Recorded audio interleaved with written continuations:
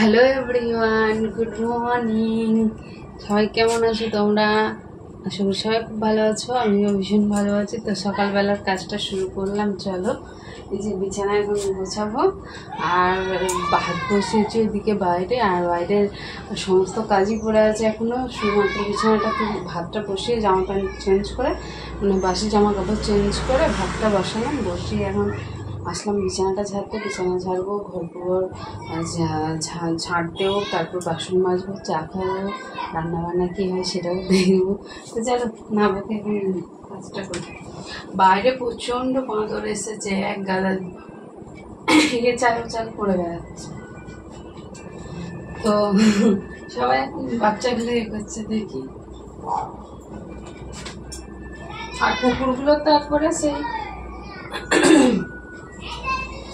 দৌড়ে বেড়াচ্ছে। বাঁদর দেখলে কুকুরগুলো কি যে হয় কে জানে। আসলে বাঁদরগুলো খাবার জ্বালাতে এমন করে গেল।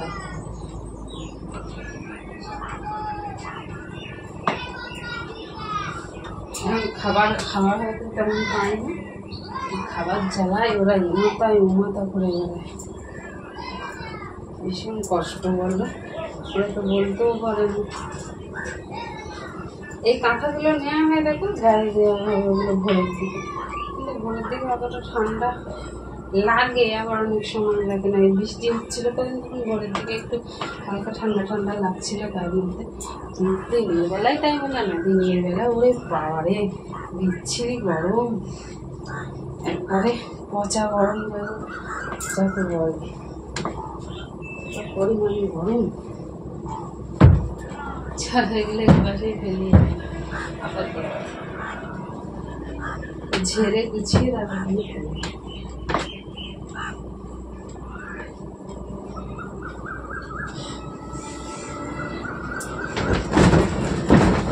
বিছানা এই ঝেড়ে গুছিয়ে রাখবো, আবার যাবো। ঘরে বাচ্চা থাকলে কোনো জিনিস সেরকমভাবে গুছানো অতটা থাকে না।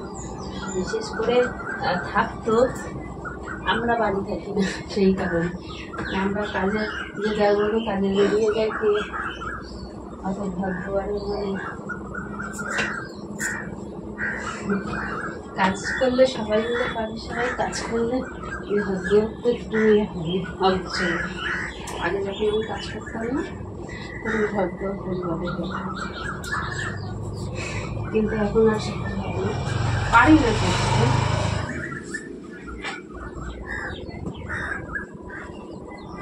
তখন সারাক্ষণ আমি এই বিছানা, জামা কাপড় সমস্ত ছাপ দিতাম, মুছে বেড়াতাম সব। কিন্তু এখন সেটা হয় না।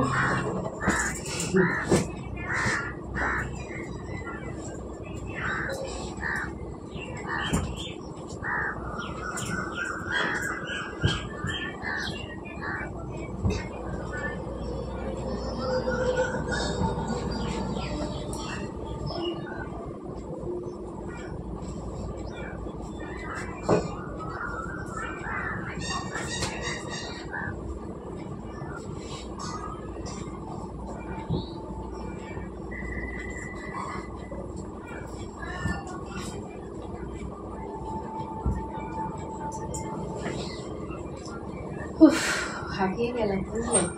চলো, বিছানাটা তো ঝাড়া হলো, এরপর বাসনগুলো মেজে ফেলি আর ঘরটা ঝাড় দিয়ে মুছে নিই।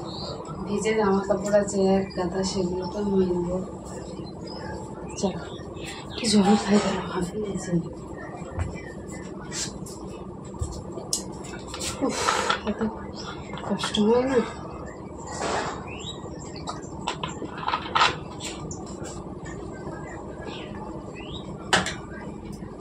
একটা খেয়েছি, ওটাই শান্তি।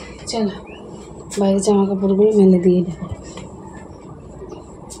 এতগুলো ভিজে জামা কাপড় আছে, এগুলো মেলে করছি না।